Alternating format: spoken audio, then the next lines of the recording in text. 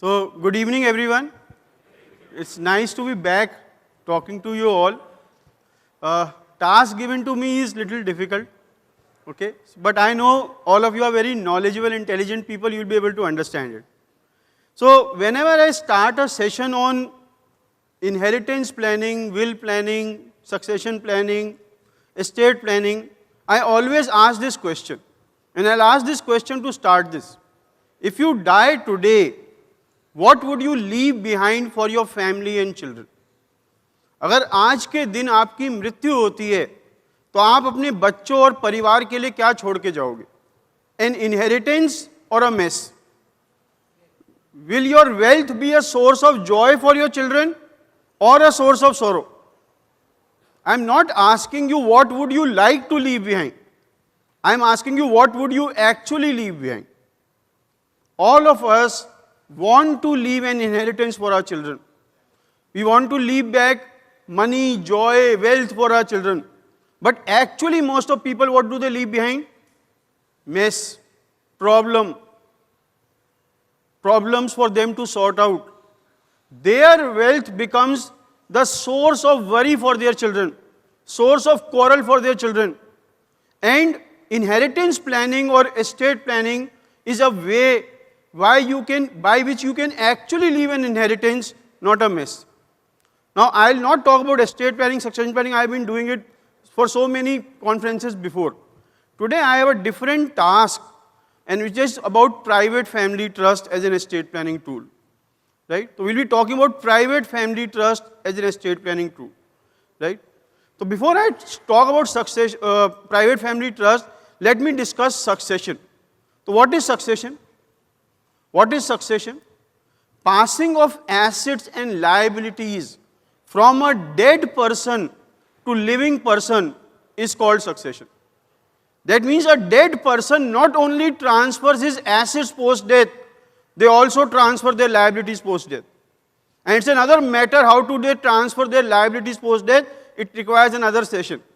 But what you need to understand is a dead person transfers both his assets as well as his liability. And this process of transfer of assets and liabilities post-death is called succession. And there are two types of succession: testate succession and intestate succession. If you die after giving a legal instruction on how your wealth should be distributed post your death, the succession is testate. Otherwise it is intestate. Otherwise it is intestate. There are two tools of testate succession planning: wills and trusts. These are the two major tools of testate succession planning: wills and trusts. So most of you know wills, right? Let's talk about trusts. Let's talk about trust. What is a trust? What is a trust? What is a trust? Now, if I say trust is an arrangement. Trust is an arrangement where A person has asked B person to take care of his property for C person. If A gives his property to B for the benefit of C, this arrangement is called trust. This arrangement is called trust. So if you ask people, they would say trust is a legal entity, trust is a legal structure, but I would define it in a different way. Trust is when you trust your property to another person for the benefit of a third person. Right? Now, all of you know companies. Let us understand trust in an easier way. All of you understand companies, a private limited company or a corporate entity. Now, in a company, the person who starts the company is called as shareholder. Shareholder start the company. Shareholder put in money and start the company. Right? In a trust, the person who starts the company is called settlor. Settlor. So shareholder becomes settlor. Shareholder becomes settlor. Person who manages the company is called director. Person who manages the company is called director. In a trust, the person who manages the trust is called the trustee. So the director becomes the trustee. Now in a company, all income of a company goes back or flows back to shareholders. They own it. Here is the difference between a trust and a company. In a trust, the income of a trust can either go to back to the settlor or to a third person as advised by the settlor while forming the trust. You get it? So in a company, all income of the company or all assets is owned by whom? Shareholders. But in a trust, I can direct the manager of the trust, the trustee, that I don't want this income and asset back, give it to this third person. Right? That is why I call trust is an arrangement. Now, is a company a separate legal entity than an individual? Is a company a separate legal entity than an individual? Same way, trust is also a separate legal entity than an individual. But the basic difference is that arrangement. A can ask B to manage property for the benefit of C. That arrangement is what makes it different. Right? So I'll skip all of this part and I'll go to the next part. So trust must have all of these things. First is the settlor, I just told you, person who creates the trust. Second is the purpose of setting the trust. What is the objective? And I'll be telling you about many objectives. It should also tell what is the property being transferred to the trust. It should have a beneficiary and a trustee who can manage money on behalf of the beneficiary. If you ask me, can settlor, person who creates the trust, beneficiary, person who is benefiting from the trust, and the trustee who is managing the trust, can it be the same person? It can be the same person. As per law, there is no foundation that they have to be different. They can be the same person. So I can give my property to my trust, I manage it for my own benefit. But moment I put it in a trust, I am a manager of this property, not the owner, for my future benefit. Right? So I become a fiduciary for myself. Right? Chaliye, let's not complicate it. So there are 4 essential components of a trust. First is make unequivocal declaration binding on him. The trustee or the settlor creates an unequivocal declaration binding on him. That unequivocal means unambiguous, very clear. I clearly, without any ambiguity, without any difference of opinion, create a trust which is binding on myself. Right? I outline the purpose of the trust. I clearly specify who are going to benefit from the trust, and I transfer identifiable property to the trust. If I do all 4 of them, a trust is formed. A trust is formed. Why should you form a trust? Why should you form a trust? Although I have listed down 9 reasons why you should form a trust, I'll give you a very simple reason why you should form a trust. So every property you own or you have, or every property has 2 things. One is called title of the property. Second is called the control of the property. Title means who owns it, whose name it is, and control means who is enjoying it, who is controlling it, whose direction it is being employed. Now if I ask you, you can get either of the 2. Either title without control or control without title. What would you choose? Would you choose control or title? What do you enjoy? Control or title? What would you choose? Trusts allow you to control properties without having title. And that's the beauty of the trust.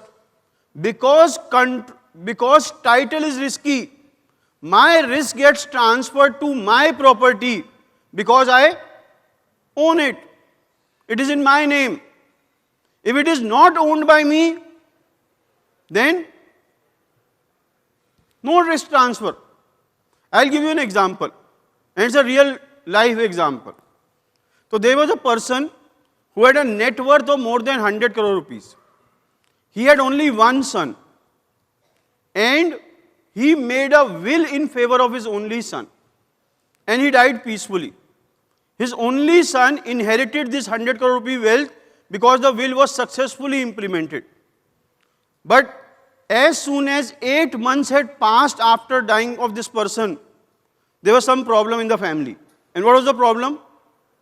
The son's wife applied for a divorce, and as alimony, she claimed 50% of this 100 crore rupee wealth, and she got it. Is that a risk? Is that a risk? Yes? Yes? Because none of us, and correct me if I am wrong, none of us want our wealth to go to any in-law, whether that's a son-in-law or a daughter-in-law. All of us want it to go to our daughters and sons. Now, I am not gender biased, daughters and sons.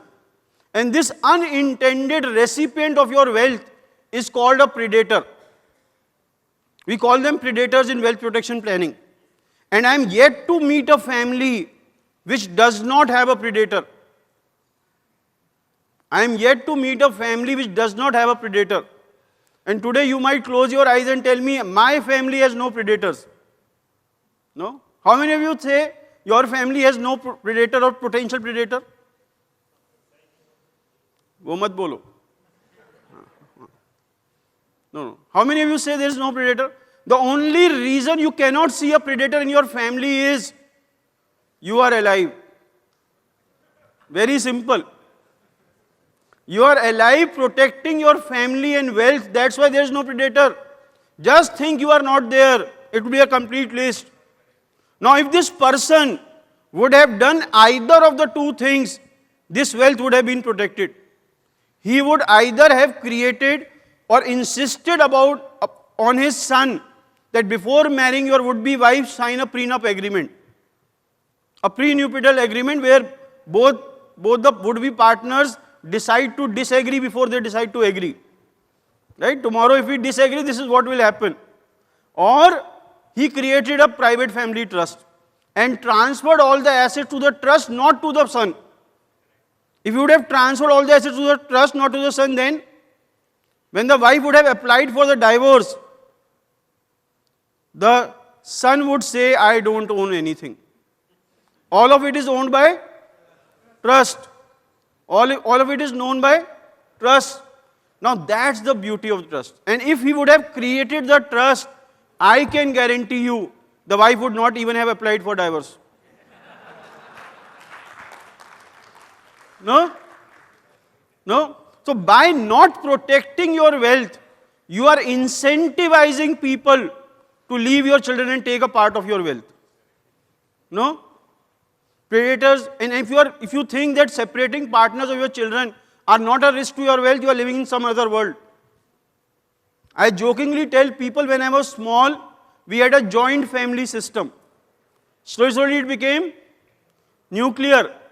And today we are living in an age where if husband and wife live together, people say family is still joint. So we have changed the definition of joint. No, trusts are a beautiful way of doing that. So why is trust so important? And what can it help you in? Right? I'll just summarize this into that. The nearest competitor to wealth transfer to a trust is a will. Right? All of you know a will. But will has some limitations which are overcome by the trust. The first and the major limitation of a will is, once a property goes to an inheritor after me through a will, I lose control over that property. Now it is under the control of the inheritor. Trusts allow me to control property over generations as per my instruction. So I can create a trust where the ownership is with the trust. I say my child would keep on getting this much amount every month for his living expenses, his other things, and at this certain age or certain generation, this trust would terminate and this capital would be given to this person. So I am controlling money over generations by creating a trust, which is not possible in a will. Will would end the day it's implemented, finished. Right? That's the first and the biggest benefit of a trust. The second benefit of a trust is it allows you to separate income and capital. I can give income from an asset to one beneficiary and the capital to the other beneficiary. So I can create a trust where I say, this house of mine, my spouse has every right to live in it and get current income from it, put it on rent. But she has no right to sell it. In future, when my son becomes of this age or after her, my son will get the house. So what I am doing? I am giving income to one person and the asset to another person. Trust can do that because they are able to control assets over generations. Right? Types of trust. So I'll quickly take you through types of trust. Right? The first is the private and public trust. Private and public trust. You have heard of these terms, private trust and public trust. Right? So what's a private trust? If a trust, the beneficiaries are defined individuals, it is called a private trust. If it is public at large, it's a public trust or a charitable trust. Right? So what we are today discussing is a private trust, not a public trust. Now private trusts are of various types. The first type which you should know is something which is called revocable trust and irrevocable trust. A revocable trust is a trust which can be revoked, which can be reversed, which can be changed by the settlor or by the instruction of the settlor. Irrevocable trusts are trusts which once created cannot be done away with. They are written in on stone. Once you create it, you can't do anything about it. Now, which trust would give more flexibility to the settlor? Revocable or irrevocable? So what trust should you create? Revocable. The problem with the revocable trust is it does not give asset protection. Right? Because you retain control on dissolving the trust, the court may say that you have not given up this property. It is still under your control. You have the power to change it. So for asset protection, irrevocable is better. For more control, revocable is better. So it depends on what you want to happen, what's your risk. You decide which type of trust to create. One more about the taxability. The revocable trust, the income of the trust is added to the settlor. Because the Income Tax Act says revocable transfer of a capital asset is not a transfer. So I have transferred some shares, right? Suppose shares worth 5 crore rupees into a trust, which is a revocable trust. That dividend income would be added to my income even after transfer because it's a revocable trust and it gets taxed in the hands of the settlor. Irrevocable trust taxed at the hands of the beneficiary or at the trust level. Now I come to the second type of trust, living and testamentary trust. What's a living trust? If I create a trust during my lifetime, it is a living trust. But if I create a trust after my lifetime, it becomes testamentary trust. So which is better? Creating a trust during your lifetime or after your lifetime?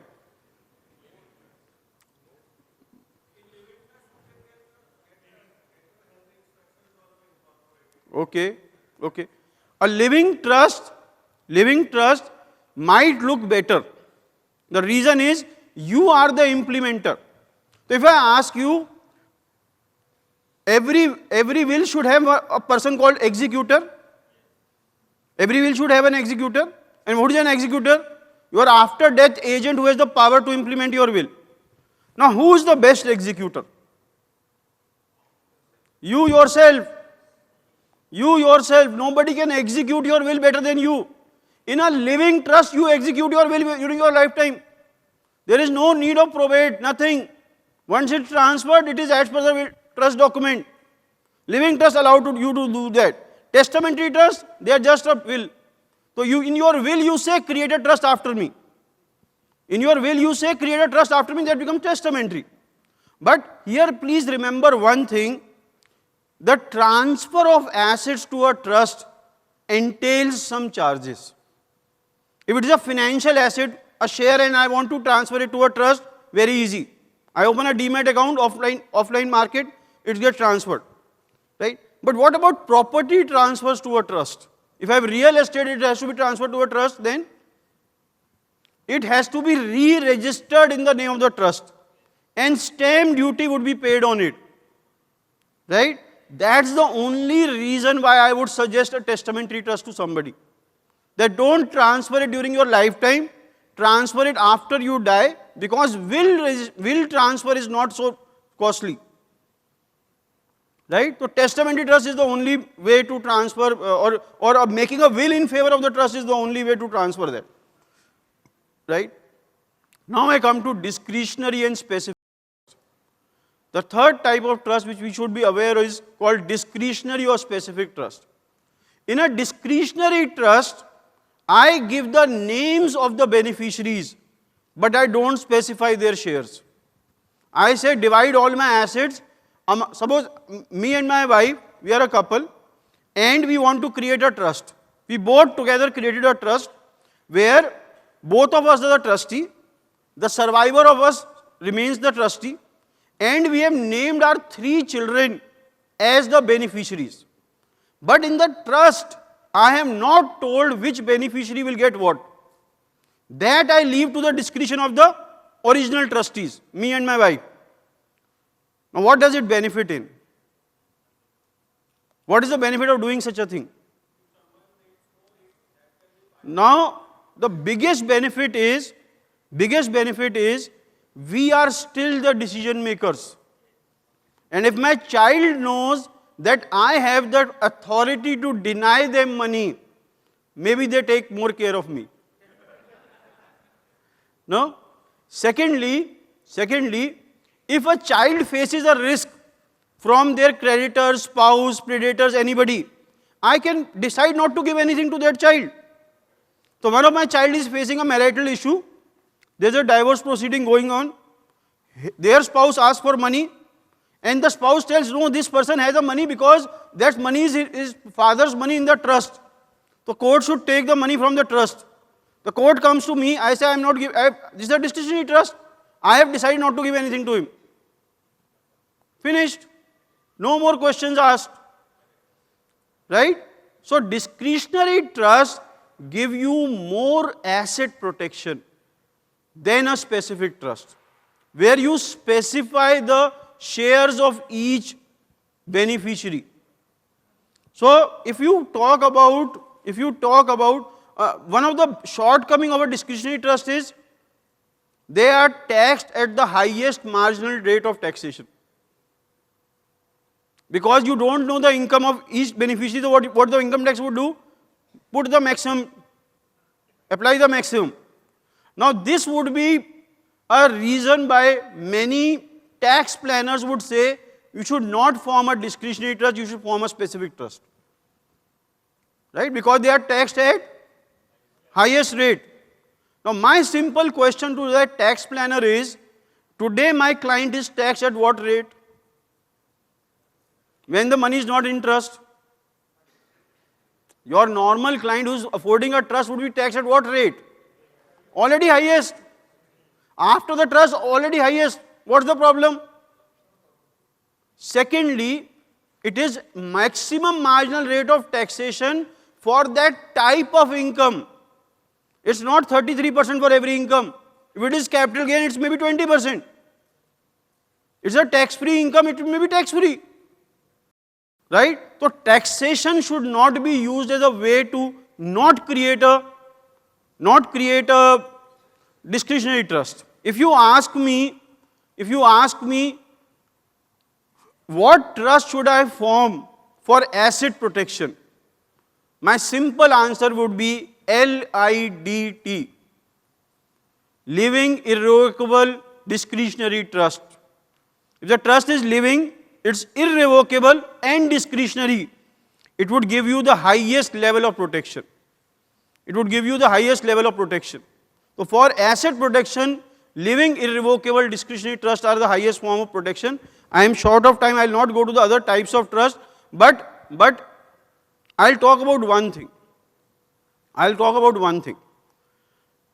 Trusts are a beautiful way to keep control. They are not an instrument only for HNI or ultra HNI clients. If you have a wealth or you have a net worth of around 5 crore rupees, trusts are an excellent way to pass your wealth to the next generation. And the process of creating a trust, that I should just tell you, how do you create a trust? So you meet a person who is able to draft the trust, right? So that person would gather your requirements, create a trust document which is called the trust deed. That trust deed needs to be registered in the sub-registrar office. So once that trust deed is registered in the sub-registrar office, that registered copy we send to the income tax department, a copy of it, and apply for the PAN card. Once the PAN card is received, you open the bank account of the trust. Moment the bank account is opened, the trust is functional. Now you can start buying assets or transferring assets to the trust. Right? This is how a trust is created. If you ask me, and people ask me, we create around 30 to 40 trusts a month at NextGen, our company, for financial advisors like you, for their clients. So people generally ask me, the skepticism is, would my control over my property go down after putting it in a trust? Right? I have a 1 crore mutual fund folio. You have transferred that folio into the name of trust. Now, do I still have the freedom, or do I lose freedom over it? My simple answer is, till today you were signing checks with your own name, right? After putting it in a trust, you will have to add a stamp over it, rubber stamp, that's it. Everything else remains the same. Whatever you can do it today remains the same. After you have put in checks and balances, and that you would like to do it, right? I'll just give you one more use of trust which we have been increasingly used, just to sum this up. So we have something called trust babies. You heard of this term, trust babies? So many of the parents are so rich that they are skeptical that their children might not work after them, because they did not work. Without work also, everything is available to them. So these parents are very skeptical about one thing, that our wealth would become a hindrance for our child's progress. Our child would not become what he or she could have become if this wealth was not there. Do you agree? Do you agree? Now for these people, we have created a very beautiful trust which is called a matching trust. And what is a matching trust? I'll just give you an example to explain matching trust. So we transfer the assets of this couple to a trust, a private family trust, and in this trust, we guarantee the minimum living expense to the children. And I have a formula for minimum living expense. What's the formula? Over the human history, and listen to this very carefully, over the human history, the price of 10 gram gold is equivalent to your living expenses, surviving expenses. Just think about it. Gold is not so bad asset class as we call it. No? You see over the years, today it would be around 60,000-70,000. A normal person can survive. If you say that 10 gram is low for your standard, make it 20 gram. Right? Now, what we do, we guarantee that money to the child over a life period of the child, so that child is secured. But anything above this 10 gram of gold or 20 gram of gold per month he wants, he will have to match it up by a similar level of income from his own efforts. So I say at the end of your year, you show the trustee your ITR. So if your ITR is 25 lakh rupees from your own effort, I'll give you another 25 lakh rupees. It's called matching trust. Right? What am I doing? I'm incentivizing you for your efforts and disincentivizing you for not taking the effort. But I am not leaving you dry. I am securing you. Trust can give you those kinds of solutions. I would have hundreds of solutions where I have used trust. Paucity of time, I have already stressed more than 15 minutes, does not allow me to do that. I am open to one or two questions if anybody has. Yeah. Yeah.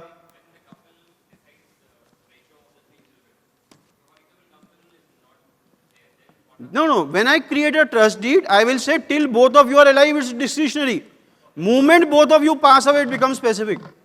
I would not let the children fight over my assets. Yeah. Yes, sir.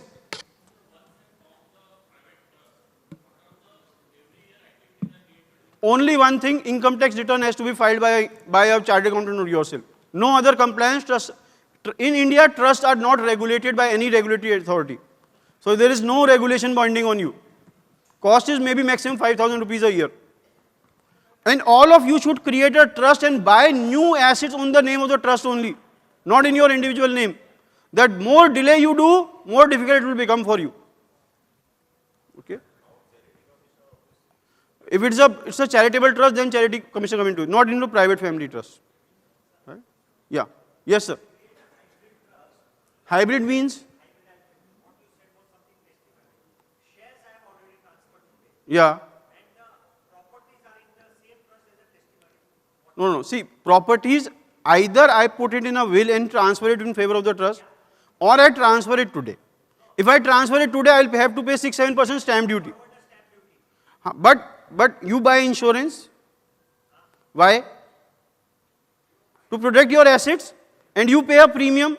That 7% is the premium to protect your property. No, it cannot be. No, it can be dual. Financial assets can be transferred today, others can be transferred post your death. But you should not do it if the risk perception is high. Stamp duty is a small part to save that 93%. I should pay that 7%. That's what I advise people. Yeah. Last question, yeah. That's a charitable trust, sir. The procedure is the same, the trust deed is different. Right? It's regulated by Charity Commission only in Maharashtra and Gujarat. Other places is unregulated. Right? Yeah. Last question, yeah. Any will made can be challenged. Whether it is registered, unregistered, typed, stamped, anything. Any legal document can be challenged. The question is, will you win that challenge or not? So if it is done properly, winning that challenge would be difficult. But can it be challenged in a court of law? Yes. They challenge Supreme Court 2-judge bench ruling by a 5-judge bench ruling. Challenging is not a problem. You can challenge anything. Problem is, will you win that challenge or not? Right?